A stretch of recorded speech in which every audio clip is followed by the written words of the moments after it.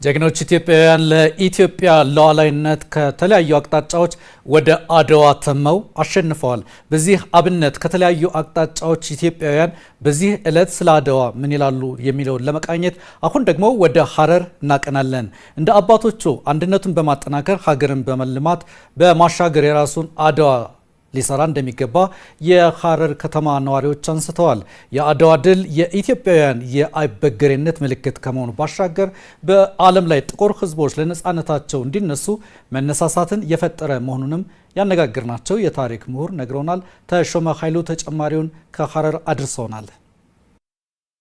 የዛሬ 130 ዓመት ጀግኖች አያት አባቶቻችን የሀገርን ሉዓላዊነት በመድፈር ነጻነትን ሊገፍ የመጣውን ወራሪውን የጣሊያን ጦር እምቢ ለሀገሬ እምቢ ለነጻነቴ በሚል ከአራቱም የሀገሪቱ አቅጣጫ በመሰባሰብ አድዋ ተራሮች ላይ ለዘመናት ቢነገር ሁሌ አዲስ የሚሆን የጀግንነት ታሪክን ጽፈዋል። ጀግኖቹ ኢትዮጵያውያን የቅኝ አገዛዝን በመጠየፍ ጥቁሮች ነጮችን ተፋልመው ድል ማድረግ አይሆንላቸውም አይችሉም የሚለውን አስተሳሰብ በሰበረ መልኩ ደማቸውን አፍስሰው አጥንታቸውን በመከስከስ ዛሬ በቅኝ ሳንገዛ የራሳችንን ማንነት እንደያዝን በነጻነት እንድንኖር አድርገውናል። የያኔዎቹ አባቶቻችን የፈጸሙት የተጋድሎ ገድልም ለአንድ ዓላማ በጋራና በህብረት የመቆም ውጤት መሆኑን አስተያየት ሰጪዎች ይገልጻሉ።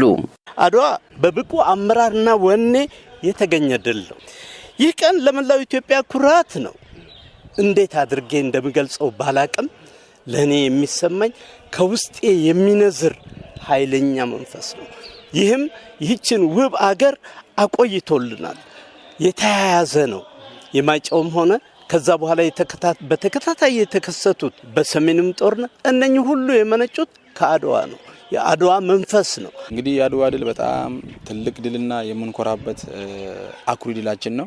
እኛ ብቻ ሳይሆን አፍሪካውያን የሚኮሩበት ትልቅ ተጋድሎ ነው። እንግዲህ ከዚህ የምንማረው እንደ ወጣት ምንድነው ብለን ካለን ትላንትና የነበሩ አባቶቻችን አገር ላይ የተቃጣውን ችግር በጋራ ቆሞ ለመመለስ በሃይማኖት በዘር ሳይከፋፈሉ በአንድነት ቆሞ ተደምሮ አንዱ ጋር ያለው አንዱ አዛውንት፣ ወጣት፣ እናት፣ ሴት፣ ወንድ ሁሉም የተሳተፈበት ስንቃቸው ትጥቃቸው አንድነታቸው ነው። ለዚህ ያበቃቸው አንድነታቸው ነው፣ ህብረታቸው ነው። ስለዚህ እኛ ይሄ ትውልድ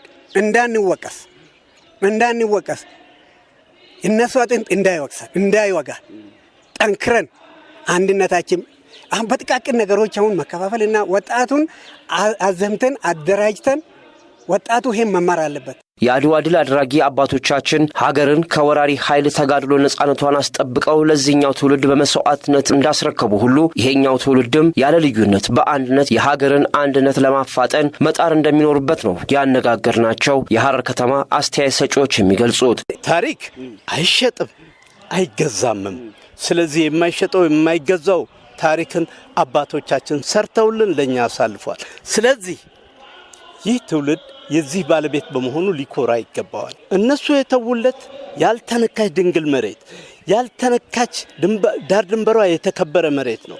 ማዕድኖቿ፣ ሀብቶቿ፣ እርሻዎቿ፣ ሁሉም ነገሮቿን ትተውልን ያለፉት በደም መስዋዕትነት የከፈሉለትን ያንን ዩቲላይዝ አድርጎ አውጥቶ ሰርቶ ማበብና መጥገብ ነው። ለሌላው መተረፍ ነው። የአድዋ ድል ለኢትዮጵያ አይደል ለዓለም ትምህርት የሰጠ ነው። ቅፍትም ነበረ፣ ቅራኔዎች ነበሩ። ቅራኔዎቹ ግን ዘላቂ አልነበሩም። ጠላት ሲመጣ ግን ይሄንን አሁን የደረስንበትን ደረጃ ከአድዋ ትልቅ ትምህርት መሆን የምንማረው ትውልዱ ይሄንን በደንብ መያዝ አለበት። አንድነታችን ይጠነክራል። አባይን እንደገደብ ነው ቀይ ባህር እናመጣለን። የአድዋ ድል ለእኛ ለኢትዮጵያውያን የነጻነትና የሉዓላዊነታችን ማረጋገጫ ከመሆኑም በላይ በወቅቱ በነጮች በቅኝ ግዛት ውስጥ ለነበሩ አፍሪካውያንና ጥቁር ሕዝቦች ሁሉ ለነጻነት በአንድነት ከተነሱ የነጭ ወራሪ ኃይልን ማሸነፍ እንደሚቻል ያሳየ፣ ለነጻነት እንዲነሱ ያደረገ ድል ከመሆኑም በላይ ነጭ አይሸነፍም የሚለውን ትርክትም የሰበረ ዘመን ተሻጋሪ ድል ስለመሆኑ በታሪክ ይነሳል። ድሉ እንደዚሁ ዝም ብሎ የተገኘ ሳይሆን በወቅቱ በሀገር ውስጥ የነበሩ የውስጥ ልዩነቶችን ወደ ጎን በመተው ቅድሚያ ለሀገር በመስጠት በትብብርና በአንድነት የተገኘ መሆኑን በሐረማያ ዩኒቨርሲቲ የታሪክ መምህርና ተመራማሪው ዶክተር ረታ ዱጉማ ይገልጻሉ። የአድዋ ድል ኢትዮጵያ ሕዝቦች በአንድነት ያስገኙት ድል ነው። ያለ እምነት፣ ባህል፣ ቋንቋ ልዩነት ኢትዮጵያ ሕዝቦች ከጫፍ እስከ ጫፍ ተነስተው የአገራቸውን ሉዓላዊነት ለማስጠበቅ የተሰለፉበት ሁኔታ አለ።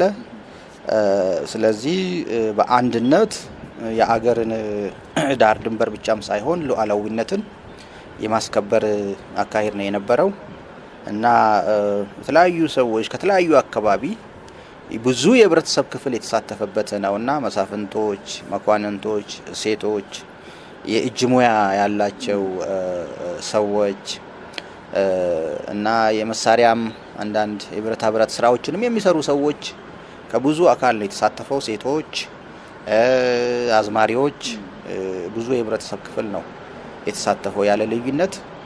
ስለዚህ በአንድነት የተገኘ ጦርነት ነው። የኢትዮጵያ ህዝብ ከፍተኛ አንድነትን ያሳየበት ለአገር ሉዓላዊነት ከፍተኛ መስዋዕትነትም የከፈለበት ድል ነው። እያንዳንዱ ዘመን በዚያው ትውልድ የሚሰራበት ነው። የዛሬ 130 ዓመት በፊትም የያኔው ትውልድ አድዋን የመሰለ ድል መጎናጸፍ የቻለ ሲሆን ይሄኛው ትውልድም የራሱን ታሪክ በመስራት አባቶቹ በነጻነት ያስረከቡትን ሀገር ጠብቆ በልማት አሳድጎ ለቀጣዩ ትውልድ የማስረከብ ታሪካዊ አደራ እንደተጣለበትም ዶክተር ረታ ድጉማ አስገንዝበዋል። አባቶቻችን በጣም ቴክኖሎጂ ባልነበረበት ተቀዳጅተው በተስማሙበት ዘመን እኛ ደግሞ ብዙ የተለወጡ ዘመናዊነት ባለበት ነገር ላይ ሆነን እንዴት ነው በአንድነት ተነስተን ልዩነቶችን አጥብበን ለአገር ብሔራዊ ጥቅም የምንቆመው የሚለው ነው እና አባቶቻችን ያስተማሩንን ነገሮች ይዘን መቀጠል እንዳለብን ነው።